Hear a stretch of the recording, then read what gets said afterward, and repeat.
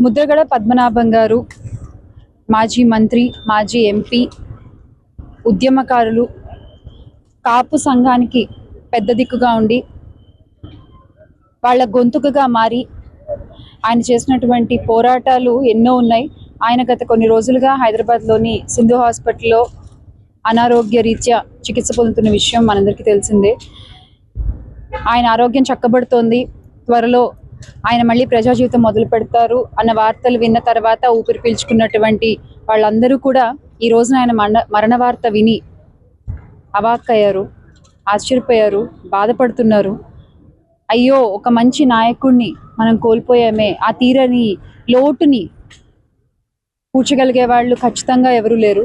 ఎందుకంటే ఆ సామాజిక వర్గం కోసం, ఆ కాపు సంఘాల, కాపు ప్రజల జీవితాల కోసం, మెరుగైన భవిష్యత్తు కోసం ఆయన చేయని పోరాటం లేదు.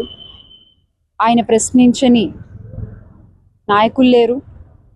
ఆయన వ్యతిరేకంగా ఎప్పుడు కూడా అధికారంలో ఎవరున్నా సరే ప్రజలకి న్యాయం జరగాలి పోరాటాలు చేస్తూనే ఉన్నారు. ఎన్నో దీక్షలు చేశారు, ఎన్నో నిరసనలు చేశారు, ఎన్నో పోరాటాలు చేశారు.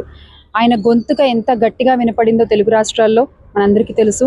మరి ఈ రోజున ఆయన మన మధ్య లేరనేటువంటి వార్త చాలా బాధాకరం. ఈ సందర్భంగా వారి కుటుంబానికి నా ప్రధాన సానుభూతి తెలియజేస్తున్నాను. అలాగే ఆయన ఆత్మకి శాంతి చేకూరాలని కోరుకుంటున్నాను. సద్గతి.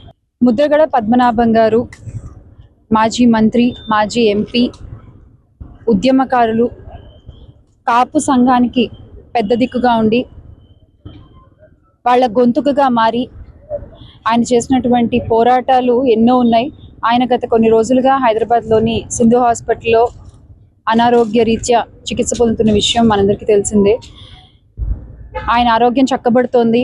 త్వరలో ఆయన మళ్ళీ ప్రజా జీవితం మొదలు పెడతారు అన్న వార్తలు విన్న తర్వాత ఊపిరి పీల్చుకున్నటువంటి వాళ్ళందరూ కూడా ఈ రోజున ఆయన మరణ వార్త విని అవాక్కయ్యారు, ఆశ్చర్యపోయారు, బాధపడుతున్నారు. అయ్యో, ఒక మంచి నాయకుడిని మనం కోల్పోయామే, ఆ తీరని లోటుని పూడ్చగలిగే వాళ్ళు ఖచ్చితంగా ఎవరూ లేరు. ఎందుకంటే ఆ సామాజిక వర్గం కోసం, ఆ కాపు సంఘాల, కాపు ప్రజల జీవితాల కోసం, మెరుగైన భవిష్యత్తు కోసం ఆయన చేయని పోరాటం లేదు. ఆయన ప్రశ్నించని నాయకులు లేరు. ఆయన వ్యతిరేకంగా ఎప్పుడు కూడా అధికారంలో ఎవరున్నా సరే ప్రజలకి న్యాయం జరగాలి పోరాటాలు చేస్తూనే ఉన్నారు. ఎన్నో దీక్షలు చేశారు, ఎన్నో నిరసనలు చేశారు, ఎన్నో పోరాటాలు చేశారు. ఆయన గొంతుక ఎంత గట్టిగా వినపడిందో తెలుగు రాష్ట్రాల్లో మనందరికీ తెలుసు. మరి ఈ రోజున ఆయన మన మధ్య లేరనేటువంటి వార్త చాలా బాధాకరం. ఈ సందర్భంగా వారి కుటుంబానికి నా ప్రధాన సానుభూతి తెలియజేస్తున్నాను. అలాగే ఆయన ఆత్మకి శాంతి చేకూరాలని కోరుకుంటున్నాను. సద్గతి. ముద్రగడ పద్మనాభం గారు మాజీ మంత్రి, మాజీ ఎంపీ, ఉద్యమకారులు, కాపు సంఘానికి పెద్ద దిక్కుగా ఉండి వాళ్ళ గొంతుకగా మారి ఆయన చేసినటువంటి పోరాటాలు ఎన్నో ఉన్నాయి. ఆయన గత కొన్ని రోజులుగా హైదరాబాద్లోని సింధు హాస్పిటల్లో అనారోగ్య రీత్యా చికిత్స పొందుతున్న విషయం మనందరికీ తెలిసిందే. ఆయన ఆరోగ్యం చక్కబడుతోంది. త్వరలో ఆయన మళ్ళీ ప్రజా జీవితం మొదలు పెడతారు అన్న వార్తలు విన్న తర్వాత ఊపిరి పీల్చుకున్నటువంటి వాళ్ళందరూ కూడా ఈ రోజున ఆయన మరణ వార్త విని అవాక్కయ్యారు, ఆశ్చర్యపోయారు, బాధపడుతున్నారు.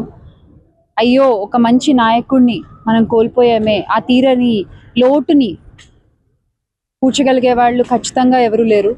ఎందుకంటే ఆ సామాజిక వర్గం కోసం, ఆ కాపు సంఘాల, కాపు ప్రజల జీవితాల కోసం, మెరుగైన భవిష్యత్తు కోసం ఆయన చేయని పోరాటం లేదు. ఆయన ప్రశ్నించని నాయకులు లేరు. ఆయన వ్యతిరేకంగా ఎప్పుడు కూడా అధికారంలో ఎవరున్నా సరే ప్రజలకి న్యాయం జరగాలి పోరాటాలు చేస్తూనే ఉన్నారు. ఎన్నో దీక్షలు చేశారు, ఎన్నో నిరసనలు చేశారు, ఎన్నో పోరాటాలు చేశారు. ఆయన గొంతుక ఎంత గట్టిగా వినపడిందో తెలుగు రాష్ట్రాల్లో మనందరికీ తెలుసు. మరి ఈ రోజున ఆయన మన మధ్య లేరనేటువంటి వార్త చాలా బాధాకరం. ఈ సందర్భంగా వారి కుటుంబానికి నా ప్రధాన సానుభూతి తెలియజేస్తున్నాను.